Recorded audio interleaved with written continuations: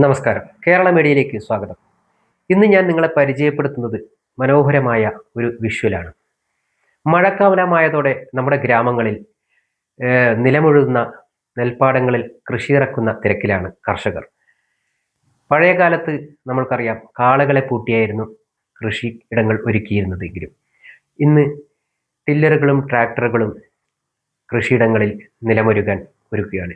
എങ്കിലും നമ്മൾ ആ ഒരു ദൃശ്യം കണ്ടാൽ, ആ ഒരു സ്ഥലത്തെത്തിയാൽ പഴയ കാലത്തെ ആ ഒരു പച്ചിലയുടെ മണവും അതുപോലെ തന്നെ കാളപ്പൂട്ടിൻ്റെ ആ ഒരു രസവും, അവരുടെ ആ കാളപ്പൂട്ടുന്നവരുടെ ശബ്ദവും അവരുണ്ടാക്കുന്ന ആ ഒരു ഓളവും ഒക്കെ നമുക്ക് നമ്മുടെ മനസ്സിൽ അറിയാതെ വരും.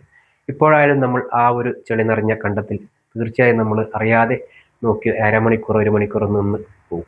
ആ കുട്ടികളടക്കം നിന്ന് കാണുന്ന ഒരു കാഴ്ചയാണ്. ആ ഒരു കാഴ്ച നിങ്ങളിലേക്ക് ഞാൻ എത്തിക്കുകയാണ്. മഴക്കാലമായതോടെ കർഷകർ പാടത്ത് കൃഷിയിറക്കാൻ നിലമൊരുക്കുന്ന തിരക്കിലാണ്. മുൻകാലങ്ങളിൽ നിലമുഴുന്നത് കാളകളെ വെച്ചായിരുന്നു. എന്നാൽ കാലം മാറിയതോടെ കാളകൾ ട്രാക്ടറുകൾക്കും ടില്ലറുകൾക്കും വഴിമാറിക്കൊടുത്തു. മണ്ണിൻ്റെ മണമുള്ള പാടത്ത് നിലമൊരുക്കുന്നത് കാണാൻ പ്രത്യേക കൗതുകമാണ്. പച്ചിലവളത്തിൻ്റെയും ചാണകത്തിൻ്റെയും മണം നമ്മെ പഴയ കാലത്തെ ഓർമ്മപ്പെടുത്തും.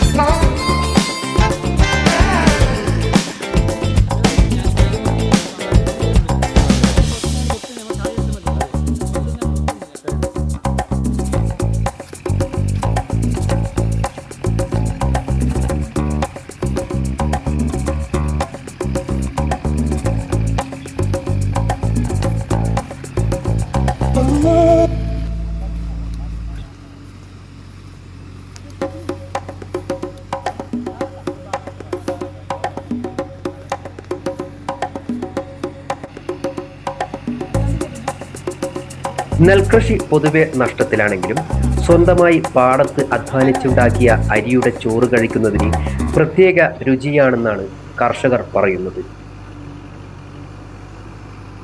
ലാഭം എന്ന് പറയാൻ കഴിയാം.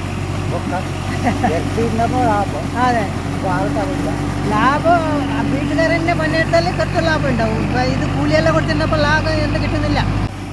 അത് മുന്തി എന്തെല്ലാം നെല്ല് കിട്ടുന്നുണ്ടായി. ഇപ്പോൾ അങ്ങനെ ആകുന്നില്ല. ഇപ്പോൾ നമുക്ക് ആർന്നാർക്ക് എത്തുന്ന അത്ര സർക്കാരിന് കിട്ടിയാൽ ഗുണമുണ്ടായി. ഈ കാഴ്ച ഇഷ്ടപ്പെട്ടാൽ ലൈക്ക് ചെയ്യുക, ഷെയർ ചെയ്യുക. നന്ദി, നമസ്കാരം.